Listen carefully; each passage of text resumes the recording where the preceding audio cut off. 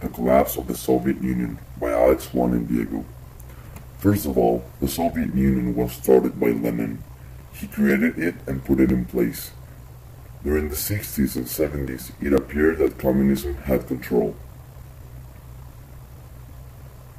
Countries in East Europe and East Asia were becoming communist.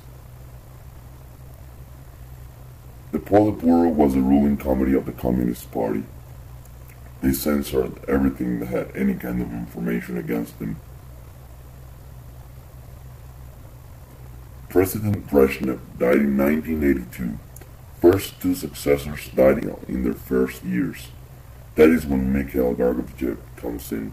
He was popular because of his youth, energy, and political skill. The Politburo chose him. He was 54 years old, the youngest leader since Stalin. Soviets had a totalitarian state.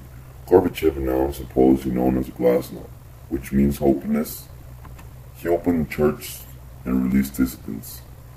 Soviets started complaining, and Gorbachev blamed inefficient central planning. In 1985, he introduced perestroika, which means economic restructure. In 1986, people were allowed to open small businesses. In 1987, he made the second new policy called democratization.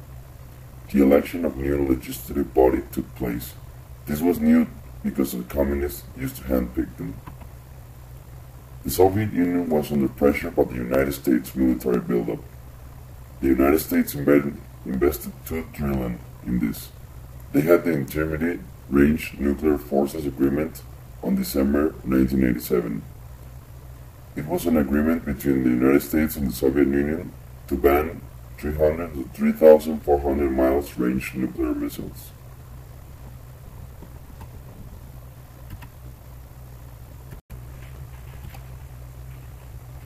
The Berlin Wall was a physical barrier completely encircling West Berlin, separating it from East Germany during East Berlin. The longer inner German border demarcated the border between East and West Germany. Both borders came to symbolize the Iron Curtain between Western Europe and the Eastern Bloc. During November the 9th, 1989, it was taken down. The Soviets began to lose influence and power. Various nationalities in the Soviet Union called for freedom. They demanded self-rule. Lithuania, Estonia, and Latvia declared independence in 1990.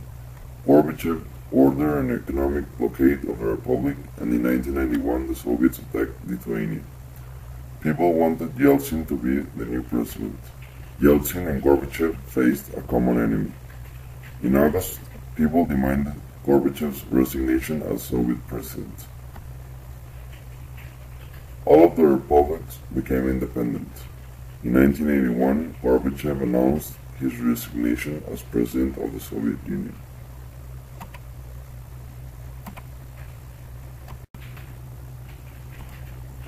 People were very happy the Soviet Union was finally coming to an end. Boris Yeltsin became the most powerful figure of the CIS.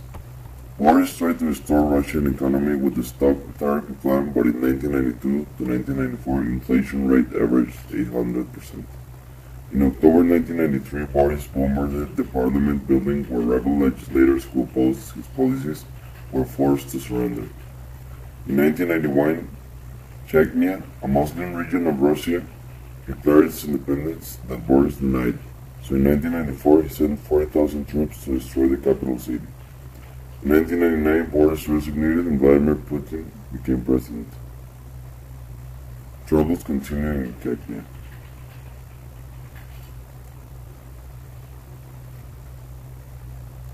Even though problems, both economic and social, continued, things started to become better with